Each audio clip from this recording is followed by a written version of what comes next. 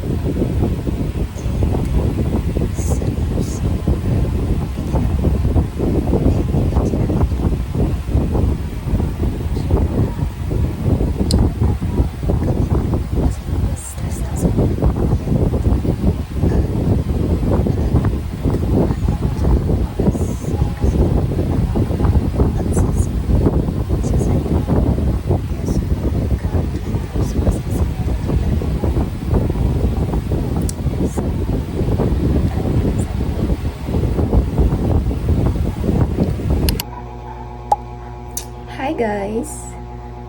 So today is Tuesday and this is the day 2 of healing my Bell's palsy. So yeah, I was diagnosed yesterday that I have Bell's palsy, pero nung Sunday pa lang alam ko ng Bell's palsy since I did some research about it, and tama ako. Kahapon, Monday, pumunta kami sa neurologist, and yeah, nagka-Bell's palsy ang babae. And mamaya, I will undergo a therapy para bumalik siya. So, ang nangyari daw kasi, namaga yung ugat ko dito. And mild lang naman yung akin compared sa iba, since yung sabi ng doktor, 3 out of 6 lang ang severity ng akin. So, yan. Ganito siya, guys. Pinakita ko naman sa inyo kung ano nangyayari sa mukha ko, diba? Parang gumaganto siya. Hindi ko tumagalaw. But, nafe-feel ko siya, pero hindi ko siya hindi siya katulad ng ganito kung paano ko magalaw. Like, ganito. Pag mag-i-smile ako, hindi ko yung sinasadya. Ganito talaga ako mag-smile. Hindi na siya pantay, di ba? Ito hindi. And sa mata, ito medyo napikit ko siya pero konti lang. Hindi gaya dito. No. Di ba? Compare dito, hindi masyadong pikit. And tingnan mo naman tong eyebrow ko. Pag tinaas ko siya parehas, mababa to, ito mataas. Pero di ko yan inaano, sinasadya. And ano pa ba? Yung lips ko, tingnan niyo siya. Di ba ang normal? Itong yung akin. And pag nagpapout ako, mas angat to. Ito hindi umangat, di ba? So, yan. Kahapon nagsimula na kayo mag-take ng medicine. And today, kakain na ako. Also din, ang cause niya kasi, stress. Number 1, stress. And yung viral, may ano kasi ngayon, yung virus, sabi ng doktor. So, maari pa daw yun. And, puyat. Yun. So, yeah. So, lesson learned, alagaan nyo ang sarili nyo. Huwag kayong puyat na magpuyat. Yun lang. So, yeah, kakain na ako. At di pa ako nakakapag-lipstick kasi kakain na ako. And may duty ako ngayon. Hindi ako makakapasok ng hapon kasi 1 p.m. yung therapy ko. Pero I have excuse letter naman na prepare. So, yeah, kahapon pa ako absent. Hindi ako nakapag-duty, hindi ako nakapasok sa class. Dahil nga nagpa-check up ako. So, sana gumaling agad siya kasi nakikita ko sa mga TikTok videos 1 to 2 weeks okay na yung mga ano nila. So, sana akin din. And sana, sabi ng doktor, I am one of the majority na naka-recover at bumalik sa dati. Kasi meron din daw cases na hindi na bumabalik. So, sana hindi ako dun. Minority, hindi na bumabalik. So, sana hindi ako isa dun. Kaya kailangan natin ng therapy so that bumalik siya sa dati. Yun lang, kain ako. Bye-bye.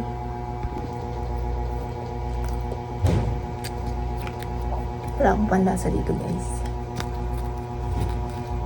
Hindi kasi ako sanay mag-breakfast ng mga heavy, kaya nag-monde lang ako. Kasi baka sumagot ang tiyan ko. Meron kasing gamot, guys, na nakakapag-hilap ng tiyan. Pero meron din namang binigay na gamot para malas ang hilap.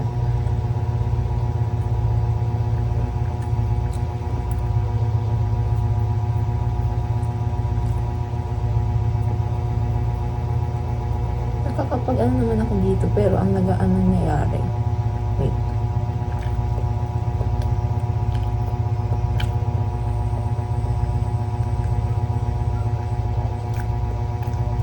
Nakakapag anong tawag yun? Nguya naman ako dito, pero nai-stack dito yung pagkain, hindi ko siya naaalis. Kaya dito ako palagi lang nakakapag-uwi. And also, wala din pang lasa dito ko. Dito meron. Diba? Paralyzed pati yung dila. Okay pa naman yung dila ko. Ito yung gamot na iniinom ko. Ito yung para bumalik siya sa dad. And vitamins. Yung yung pang gamot sa hilab na inom ko na. Kasi iniinom yun 30 minutes before the practice.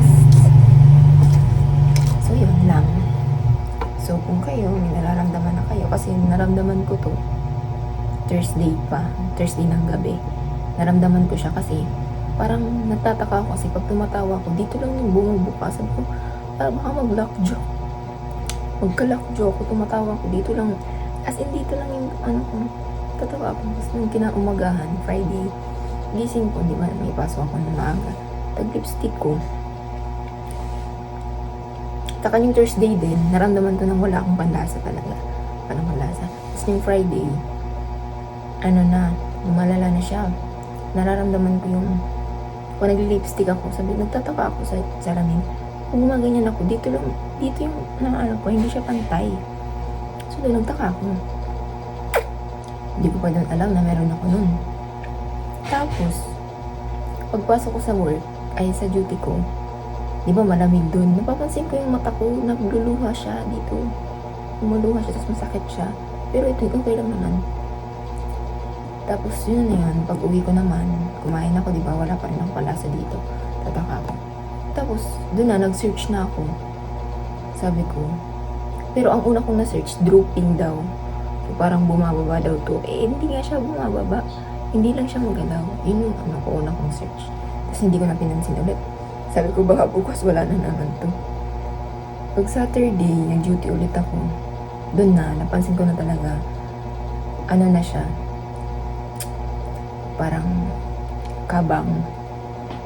Hindi na siya pantay compare dito. Kasi nakikita ko na pag smile ako, mataas to. Sabi ko, mataas to. Tapos sabi ko, ipapantay ko siya. Pag lalagay ako ng lipstick. Tapos doon nga, nararamdaman ko talaga yung mata ko. Tapos, ano pa ba? Yan lang. Doon na napansin ko na. Di ko na naman, pinapansin ko na siya, diba? Na siya. Saturday na gabi, sinearch ko siya, be. Alam mo kung anong nakita ko. Doon pa lang nakita ko Bell's palsy daw. Meron akong Bell's palsy Saturday na gabi. Yun nga, kasi parehas talaga yung mga nakita ko sa TikTok videos na hindi ito nagagalaw, yung isang part ng face. Akin kasi left side. Pero yung sa iba, natakot ako kasi malala yung sa iba, as in, ganito, yung mata talaga nila, hindi nila hindi nila na pipikit compared ng akin. Kasi yung akin, napipikit ko naman siya. Pero, parang ganito, napipikit ko naman siya. Pero, mild lang yung Tapos, yun na, yung Sunday na talaga, dun na, namagana yung mata ko dito. Namagana siya. Tapos, namagato, tapos, parang namamaga ko rin dito. Tapos, di ko siya maramdaman. Tapos, masakit dito. Sumasakit siya. Tapos, nagpapa-check up na sana kami. Kaya lang, Sunday, walang bukas na neurologist ng Sunday. Punta kami sa Plaza Medica sa BCDC. And, yun, sabi namin, magpapacheck up na nga kasi nga, lumalala na yung yung mga symptoms ko. Sana, kung una pa lang, pumunta na ako sa doctor, sana hindi na siya umabot sa namaga yung mata ko. Namaga dito ko, sumakit dito ko, sumakit ulo ko. Ay, hindi naman sumakit yung ulo ko, dito lang sumakit ko. Parang sumasakit dito sa may part ko dito. So, kayo, lesson learned para sa inyo dahil sa pinagdaanan ko. Una pa lang na maramdaman nyo, consult na agad kayo. Kasi walang masama sa pagpapakonsult. Nung nagpa-consult kami nung Sunday sa Integrated Hospital ata yun. nahulaan niya din na Bell's palsy ng doktor, pero hindi nga siya yung specialist para dun. Kasi nerve yung pinag-uusapan, nerves. So, in-refer niya kami sa mga neurologist. Kaya lang, sabi nga niya, wala daw neurologist dun sa integrated niya. So, nirefer niya na lang kami. Wala namang bayad nun. Nung nalaman namin na Bell's palsy, wala yung bayad. Kasi wala naman siyang inanong gamot. Nagtanong lang talaga kami dun. Kasi nalaman namin, neurologist yung need. So, sana makarecover na ako. Kasi, ibang-iba yung mukha ko talaga. Asymmetrical na talaga yung mukha ko. Pero ngayon lumala. Lumiit talaga to. Itong part 2. Ang laki dito. Lumiit. So, alagaan ang sarili. Bye! Mag-meds na tayo. This is what ang tawag dito is Heteria. I don't know how to pronounce this one. Vitamins 2. Ay, wala.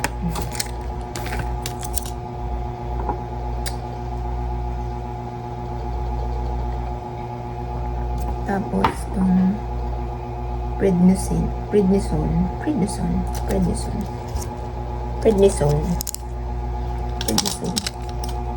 Ito yung sa kung nagumaling yung namamagang ugat or nerve. So, whatever.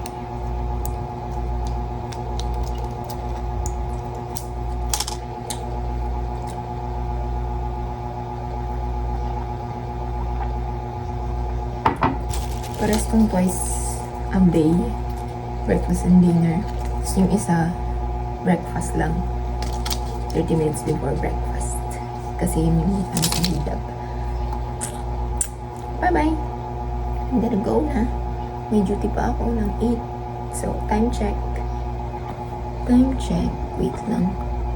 Ay, bumaba. 6:40 na. So, 7 at makaalis na ako. Bye-bye!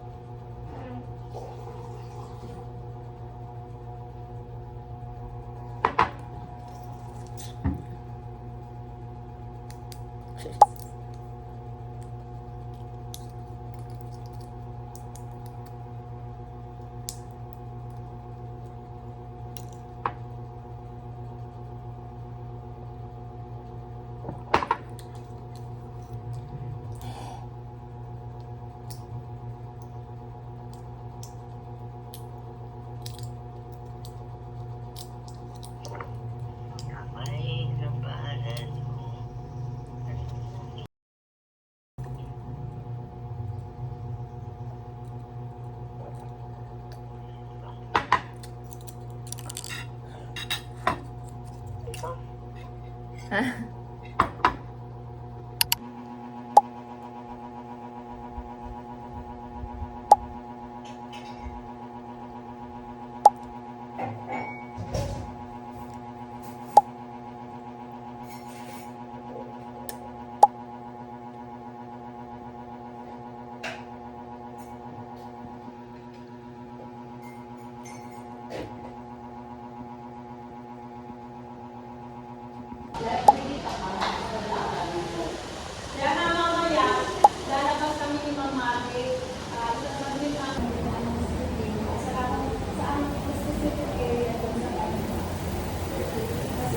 So,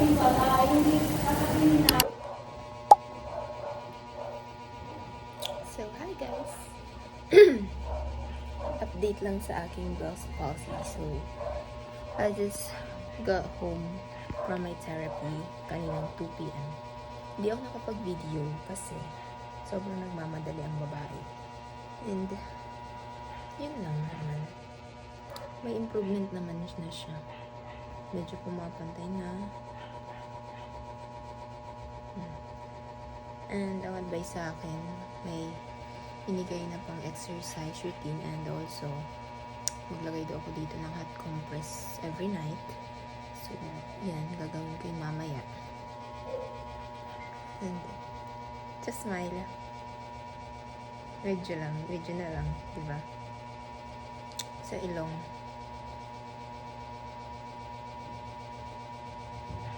Medyo na rin, nagapalaw ka na. Pero parang tumataba yung part ko dito, diba? Parang pumapantay na yung face ko. Pabilog na siya. So, yun. Yun yung update sa akin. Bell's palsy. Sa dalawang therapy, parang ang laki na ng improvement compared nung dati. Na sobrang talaga. Kahit panlasa. Ngayon may panlasa na ako ng konti dito. Dito kanina pala yung laki ng panlasa.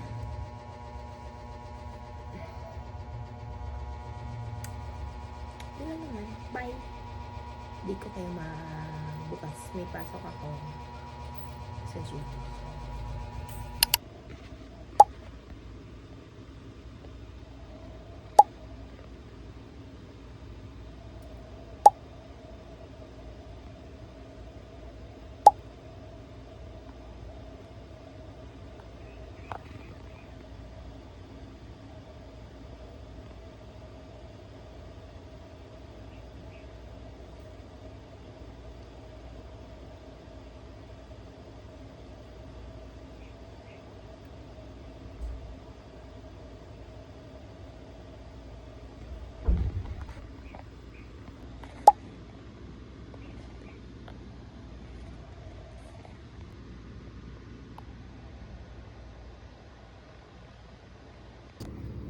May padala kang padala. Malagay ang padala sa akin. Pasok ka pa rin sa ATM.